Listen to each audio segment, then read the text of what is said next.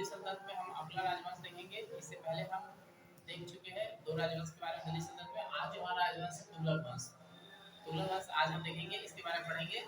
और आपको बताना चाहेंगे अगर आपने बीपीएससी का फॉर्म भरा है तो बीपीएससी क्रैक करने के लिए सबसे ज़्यादा जरूरी है करंट अफेयर का रिवीजन करना। अगर आपको करंट अफेयर का वीडियो चाहिए, करंट अफेयर का रिवीजन करना चाहते हैं हमारे साथ, तो आप कमेंट में बताइएगा, हम आपके लिए करंट अफेयर का वीडियो लाइव लेके आएंगे, ठीक है। तो फिलहाल हमें देखना तुगलक वंश। तुगलक वंश कार्यकाल है 1316 से लेकर के 1412 तक, ठीक है। तुगलक वंश में आज क्या देखेंगे? गैसुद्दीन तुगलक का कार्य देखेंगे, मोहम्मद तुगलक का कार्य देखेंगे, फिरोज शाह तुगलक का कार्य देखेंगे। अगले वीडियो में पढ़ेंगे सैयद वंश के बारे में, ठीक है। तो देखते हैं तुगलक वंश की सारी जानकारी। तो बताना चाहेंगे दिल्ली सल्तनत में सबसे जो ज्यादा लंबे समय तक शासन किया है वो तुगलक वंश है, ठीक है। तो ये भी प्रश्न आपको बन सकता है कि दिल्ली सल्तनत सबसे ज्यादा समय तक राज शासन कौन चलाया? तो तुगलक वंश ने चलाया। तो देखते हैं इसकी डिटेल्स क्या है पुस्तक में। तो देखिए, तुगलक वंश के सुल्तान ने सबसे अधिक समय तक शासन चलाया। गैसुद्दीन तुगलक का जो कार्यकाल है 1320 से लेकर के 1325 तक, ठीक है। गैसुद्दीन तुगलक का कहना था कि इक्ता यानी राजस्व का जो सिद्धांत है, यानी राजस्व में जो वृद्धि है 1/11 से 1/10% से ज्यादा नहीं करना चाहिए। यानी कि जो टैक्स लेते हैं वो टैक्स की दर है 1/11 से 1/10 से अधिक नहीं लेना चाहिए राजा को। यह बात बोलता है गैसुद्दीन तुगलक। नहरों से सिंचाई प्रारंभ किया था गैसुद्दीन तुगलक ने। तो नहरों से सिंचाई प्रारंभ करने वाला प्रथम सुल्तान था गैसुद्दीन तुगलक। वह प्रथम सुल्तान था जिसने डाक व्यवस्था प्रारंभ किया था। ये भी पूछेगा दिल्ली सल्तनत में डाक व्यवस्था किसने प्रारंभ किया था? गैसुद्दीन तुगलक, ठीक है। बंगाल विजय 1324 में बंगाल विजय के उपलक्ष्य में इसके स्वागत के लिए ने इसके बेटा जौना खां, इसका एक पुत्र था जौना खां।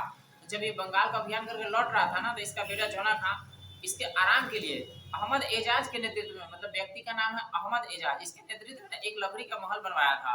और इसी महल में ना लकड़ी से दब के जाने से ना इसका मृत्यु हो गया। यानी जिसे दबकर ना गैसुद्दीन तुगलक की मृत्यु हुई। यानी जब ये दिल्ली अभियान से आ रहा था 1324 में, तो इसका एक पुत्र है जौना खां एजाज के नेतृत्व में एक महल का निर्माण कराता है, लकड़ी का महल।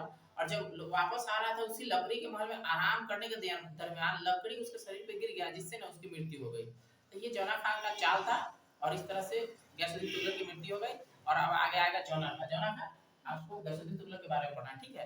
यानी कि ये मर गया लकड़ी के। आपको पूछेगा दिल्ली सल्तनत का वो कौन सा राजा है जो लकड़ी के नीचे दब के मर गया था? तो यही था गैसुद्दीन तुगलक, ठीक है।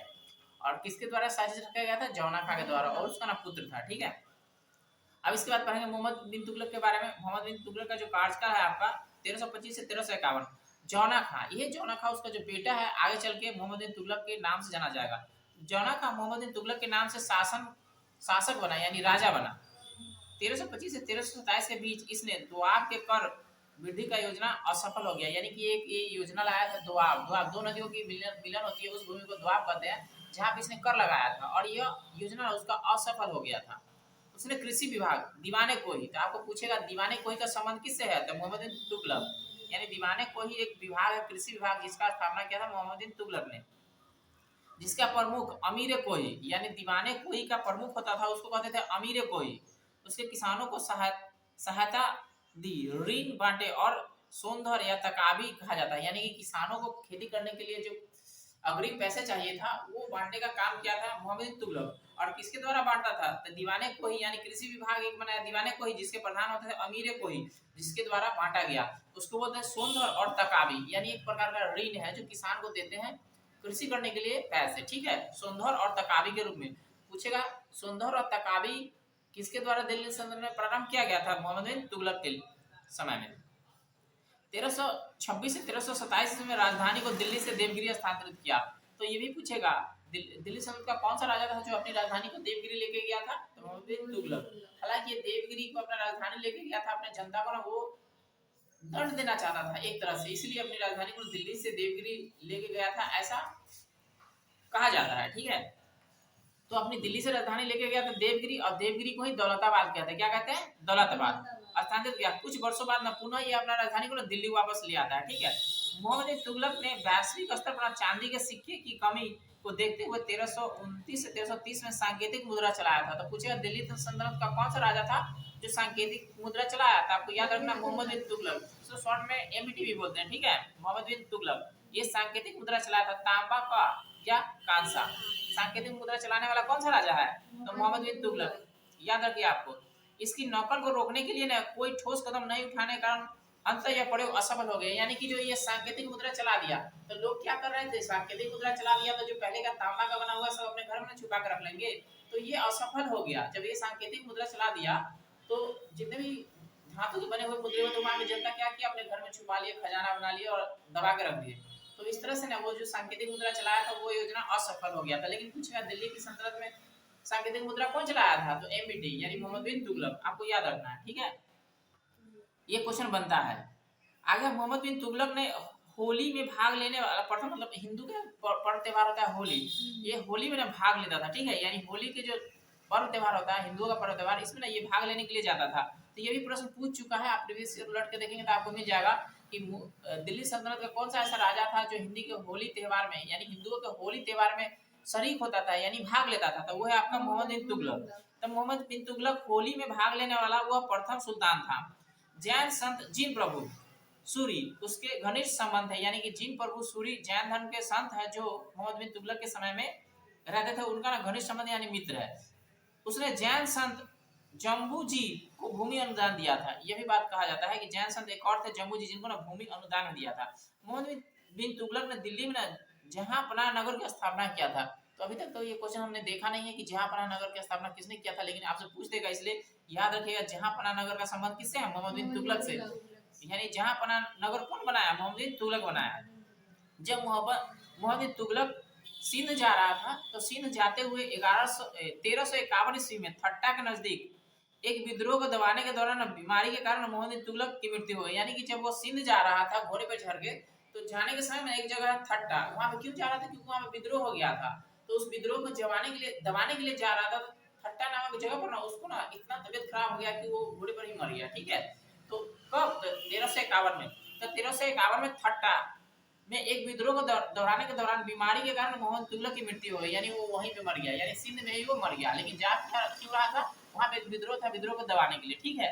तो वहीं से उसका भाई राज संभालेगा। अब आएगा फिरोज शाह तुगलक। तो फिरोज शाह तुगलक का जो कार्यकाल है 1351 से 1388 तक। देखिए दिल्ली सल्तनत में फिरोज शाह तुगलक प्रथम शासक था जिन्होंने 2 बार राज्याभिषेक करवाया। जब एक भाई मर गया तो वहां पे वो राज्याभिषेक करवा लिया, और जब वापस दिल्ली आया तो यहाँ पे राज्याभिषेक किया था। ये भी पूछेगा दिल्ली सल्तनत में वो कौन सा राजा है जो अपना राज्याभिषेक 2 बार करवाया है, तो आपको याद रखना है मोहम्मद बिन तुगलक। अब जब मुगल दरबार पढ़ेंगे तो वहां भी आप अलग चीज पढ़ेंगे, वहां भी है औरंगजेब जो एक बार जबरदस्ती करवा लेता है फिर बाद में करवाता है। लेकिन यहाँ पे मोहम्मद बिन तुगलक के बारे में याद रखिए, जब इसका भाई मर जाएगा सिंध जाते हुए तो वहां पे राज्याभिषेक करवाएगा, और जब वापस आएगा दिल्ली तो यहाँ पे भी राज्याभिषेक करवाएगा।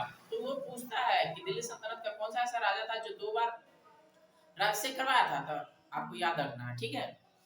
भाई के मरने के बाद फिरोज शाह तुगलक, इसको एफएसटी भी बोलते हैं, ठीक है। पता है राज्य की नीतियों को शरीयतों के अनुसार लागू किया। शरीयत क्या है, एक कानून की पुस्तक है, ठीक है। तो ये अपना अपना जो राज्य की नीति चलाता था शरीयत के अनुसार चलाता था। स्त्रियों को संतों के मजारों पर जाने की ना मनाही कर दी, पर्दा प्रथा को ना प्रोत्साहन दिया, यानी कि ये बैन कर दिया कि स्त्री ना मजार पे नहीं जा सकते हैं, ठीक है। और पर्दा लगाएंगे, पर्दा यानी क्या, वही बुर्का वाला जो आप देख रहे हैं, ठीक है। पहली बार ब्राह्मणों पर जजिया कर आरोपित किया। तो पूछेगा दिल्ली सल्तनत का वो कौन सा राजा था जो ब्राह्मणों पर जजिया कर लगाया था, तो फिरोज शाह तुगलक जजिया कर लगाया था। इसको एफएसटी भी बोलते हैं, ठीक है। पदों को ना वंशानुगत बना दिया, सैनिक असैनिक पद दोनों पर, मतलब कि आप ना वंश के अनुसार, जैसे उसका बेटा है तो उसका बेटा है, इस अनुसार कर दिया पद को, ठीक है, वंशानुगत कर दिया। फिरोज शाह तुगलक ने सिंचाई कर भी लगाया। तो आपको पूछेगा सिंचाई कर दिल्ली सल्तनत में कौन लगाया था, फिरोज शाह तुगलक। इसको हक के सर्व कहा जाता था, मतलब सिंचाई कर को हक के सर्व बोला जाता है। फिरोज शाह तुगलक ने व्यापार स्तर पर नहरों का निर्माण कर, व्यापक मतलब बड़े स्तर पर नहरों का निर्माण करवाया, यानी कि नहर रहेगा तभी किसान पानी पटा पाएंगे, तो इसलिए नहर का निर्माण करवाया व्यापक स्तर पर, मतलब बहुत बड़े स्तर पर, ठीक है। और आगे किसान के लिए ने ये अच्छा काम किया, नहर का व्यवस्था किया। फिरोज शाह तुगलक ने व्यापक स्तर पर नहरों का निर्माण कराया। बंगाल अभियान के लौटते समय जौनपुर नगर की स्थापना की। तो पूछेगा जौनपुर के संस्थापक कौन है, जौनपुर नगर के एफएसटी यानी फिरोज शाह तुगलक स्थापना की। जौना खां मोहम्मद बिन तुगलक की याद में, यानी उसका एक भाई था जौना खां, उसके याद में उसने फिरोजपुर, फिरोजाबाद, हिसारा फिरोज जैसे नगर का निर्माण करवाना, मतलब कई सारे नगर बनवाए।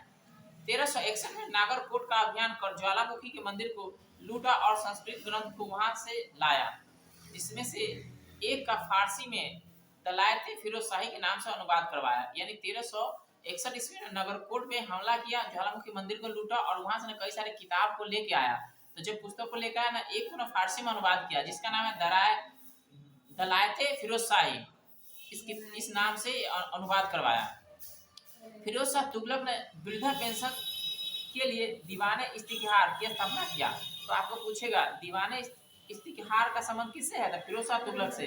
इसमें क्या होता था, वृद्धों के लिए ना पेंशन यानी वृद्धों के रहने खाने पीने के लिए ना एक विभाग बना दिया था, ठीक है, दीवाने इस्तिहाज। तो पूछेगा दीवाने इस्तिहाज का संबंध किससे है? तो वृद्धों व्यक्ति से, और ये फिरोज शाह तुगलक बनवाया था, चालू करवाया था। उसको दासों के लिए ना अलग विभाग दीवाने बंदगान का निर्माण करवाया, यानी कि दीवाने बंदगान को स्थापित करने वाला है फिरोज शाह तुगलक। और ये क्यों बनवाया था? अपने गुलाम के लिए, अपने दास के लिए दीवाने बंदगान। तो पूछेगा दीवाने बंदगान का संबंध किससे था? दास से। कौन चालू करवाया? फिरोज शाह तुगलक। चिकित्सा के लिए दारुल सफा, मतलब एक व्यवस्था जहाँ पे ना किसी को इलाज किया जा सकता था, उसको कहते हैं दारुल सफा विभाग की स्थापना करवाया। यहाँ पे ना गरीब अमीर लोग आते थे और यहाँ पे इलाज होता था उसका, किसका? दारुल सफा में। गरीबों को खैरात बांटने के लिए दीवाने खैरात, यानी जो गरीब व्यक्ति है जिसको खाने के लिए नहीं है, रहने के लिए नहीं है, कपड़ा नहीं है, तो उसको ना दीवाने खैरात से उसको दिया जाएगा। ये सारी चीज सुविधा है, तो इसलिए दीवाने खैरात का स्थापना किया, ठीक है। फिरोज शाह तुगलक पहला सुल्तान था जिसने रोजगार ब्यूरो की स्थापना की। तो रोजगार ब्यूरो कहने का क्या मतलब कि जो बेरोजगार है तो उसको काम चाहिए ना, तो काम चाहिए, तो इसके लिए ना वो एक रोजगार ब्यूरो बनाया था। ये दिल्ली सल्तनत का पहला एक ऐसा राजा है जो रोजगार ब्यूरो का स्थापना किया था। तो इसलिए अभी तक पूछा तो नहीं है ये क्वेश्चन, लेकिन ध्यान में रखिएगा कि रोजगार ब्यूरो स्थापित करने वाला कौन सा व्यक्ति था पहला? तो फिरोज शाह तुगलक। उसके बाद नासिरुद्दीन महमूद के समय 1398 में तैमूर लंग का आक्रमण हुआ, यानी दिल्ली सल्तनत में तैमूर लंग का आक्रमण प्रारंभ हुआ, ठीक है। तो तैमूर लंग का प्रथम आक्रमण 1398 में हुआ था, आपको याद रखना है। यानी नासिरुद्दीन महमूद के समय में ही दिल्ली सल्तनत में 1398 में तैमूर का आक्रमण हो गया। ये प्रश्न पूछता है कि तैमूर का भारत पे आक्रमण कब हुआ था? 1398 में। इसको याद रखिएगा, 1398 में तैमूर का आक्रमण हो गया, तैमूर लंग का आक्रमण हो गया दिल्ली सल्तनत में, यानी भारत में, ठीक है। और ये जो नासिरुद्दीन महमूद था राजा उस समय, ठीक है। तो इस तरह से आपका तुगलक वंश समाप्त होता है। और अगला हम देखेंगे सैयद वंश। छोटा छोटा वंश है, एक साथ हम अगली बार खत्म कर लेंगे। कोई भी कंफ्यूजन होगा 2 बार 3 बार देखिए, रिवीजन हो जाएगा। अगर समझना चाहते हैं प्रीवियस ईयर देखिए, वहां से क्लियर हो जाएगा। अगर आप करंट अफेयर का सेजन लेना चाहते हैं, करंट अफेयर पढ़ना चाहते हैं हमारे साथ, कमेंट करके बताइएगा, हम इस विषय में आपको जरूर मदद करेंगे।